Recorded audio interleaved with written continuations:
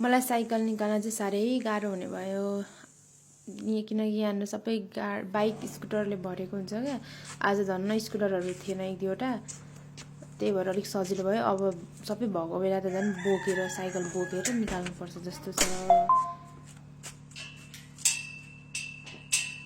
यहाँ लस्करै हाइस गाडी हुन्थ्यो अरू बेला, आज त एउटा छैन। यहाँ हाइस गर्ने दाइहरूले चिया खानुहुन्थ्यो,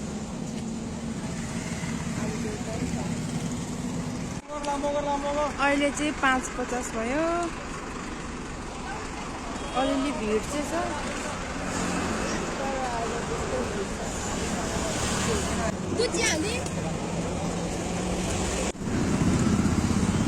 अहिले चाहिँ 7 बज्यो। अब म चाहिँ घर जाँदैछु।